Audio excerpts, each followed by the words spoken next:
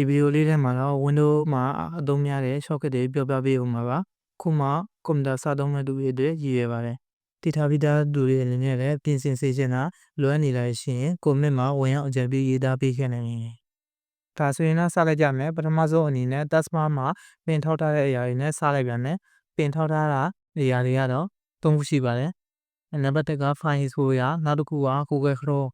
Microsoft Word ဆိုပြီးရှိပါမယ်။အရင်ဆုံး File Explorer ကိုဖွင့်ရှင်နေဆိုရင် Windows ရဲ့ E ကိုနှိပ်လို့ရသလို Windows ရဲ့ 1 ရဲ့နှိပ်ရင်လည်းရပါတယ်။အခု Windows ရဲ့ 1 ရဲ့ကိုနှိပ်လိုက်မယ်။အခုလိုမျိုးပဲပွင့်လာပါနဲ့။ Google Chrome ကိုဖွင့်ရှင်နေဆိုရင်တော့သူကနံပါတ်2နေရာမှာရှိတဲ့အတွက် Windows ရဲ့ 2 ရဲ့ကိုနှိပ်လိုက်ပါမယ်။အဲဒါဆိုရင်တော့ Google Chrome မှာပွင့်လာsoftware ဖွင့်ထားတဲ့ software တွေအခုရှိရင်တော့ order ရဲ့ task ရဲ့ကိုနှိပ်ရတော့မယ် order ကိုမလွတ်ပဲ task ကိုနှိပ်သွားလို့ရပါတယ်ကိုသွားရှင်တဲ့ software နေရာရောက်ရင်တော့ order ကိုလွတ်လိုက်တာ Windows မှာ screenshot လုပ်ရှင်ရင် Windows ရဲ့ PRTSC ရဲ့ဆိုတာကိုနှိပ်ရမှာမယ်အဲ့လိုဆိုရင်တော့ screenshot ကစိတ်ပြီးသားတစ်ခုရပါလိမ့်မယ်အဲ့လိုဆိုရင်ကျွန်တော်တို့ Windows ရဲ့ PRTSC ရဲ့ကိုနှိပ်လိုက်မယ်ဒီ screenshot ကဘယ်နေရာမှာသိနေဆိုရင်ဒီမှာပါ this PC က picture screenshot ထဲမှာသိနေဒီမှာ screenshot တစ်ခုရပြီအဲ့ဒါဆိုရင်နောက်တစ်နည်းကတော့ကိုလိုချင်တဲ့နေရာလောက်ပဲကွက်ပြီးတော့ screenshot ရရှင်ရင် Windows ရဲ့ share ရဲ့ S ရဲ့ကိုနှိပ်ရပါမယ်အဲ့လိုဆိုရင်ဒီမှာ screenshot ရဲ့ပေါ်အတွက်တူတွေပေါ်လာပြီဖြစ်တယ်ကိုလိုချင်တာဒီနေရာလောက်ဆိုရင်ဒီမှာ screenshot ပေါ်လာပြီဖြစ်ပါတယ်Windows ရဲ့ share ရဲ့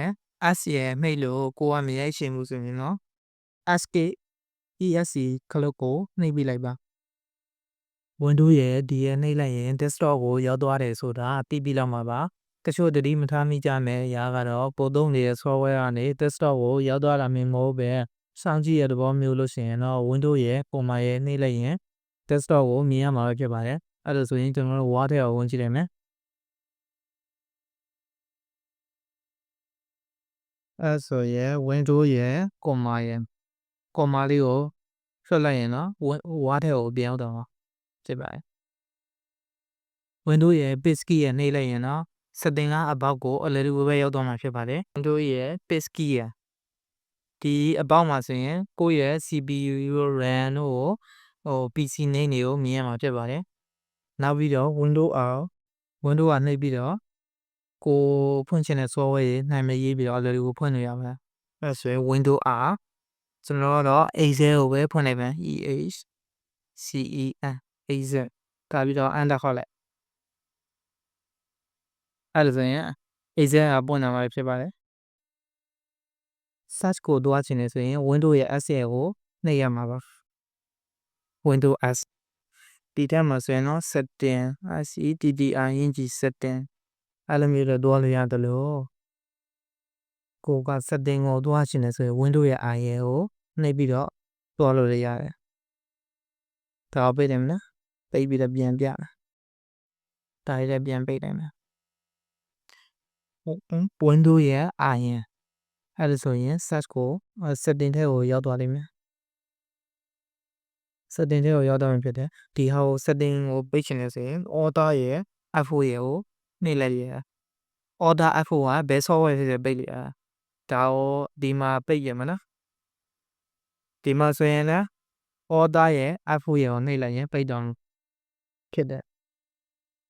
တကယ်တော့ကိုက shutdown အရင်ချခြင်းတယ်ဆိုရင် order ရဲ့ F4 ရဲ့နှိပ်ပြီးတော့ဒီမှာ okay လေးနှိပ်လိုက်ရင်ရတယ်နောက်တစ်ခုကအဲ့လိုမျိုးကို comment တွေပါရိုက်နေရင်လည်း Viber တို့ဘာလို့မှemoji လေးတွေအလွယ်တကူလိုရှင်းနေဆိုရင်တော့ Windows ရဲ့ semicolon ရဲ့နှိပ်လိုက်ရင်emoji လေးတွေကအလွယ်တကူပဲပေါ်လာမှာဖြစ်တယ်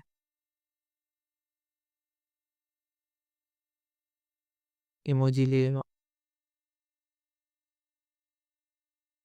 Windows lock ကိုလည်းလို့ရှာချင်နေဆိုရင် control order delete ကိုလည်းနှိပ်ပြီးတော့ဒီမှာ lock တို့ဘာလို့နှိပ်လို့လည်းရတယ်တကယ်လို့sign out တို့ဘာလို့လုပ်ရှင်နေဆိုရင်လည်း sign out လုပ်လို့ရတယ် change password လို့ရှင်နေဆိုတဲ့ change password လို့ရတယ် task manager သွားရှင်နေဆိုရဒီရင်ကလို့သွားလို့ရတယ်ဒီမှာဆိုရင်လည်း shutdown တို့ sleep တို့ restart တို့အလွယ်တကူလုပ်ရတယ်နောက်အလွယ်ဆုံးနည်းကတော့ window ရဲ့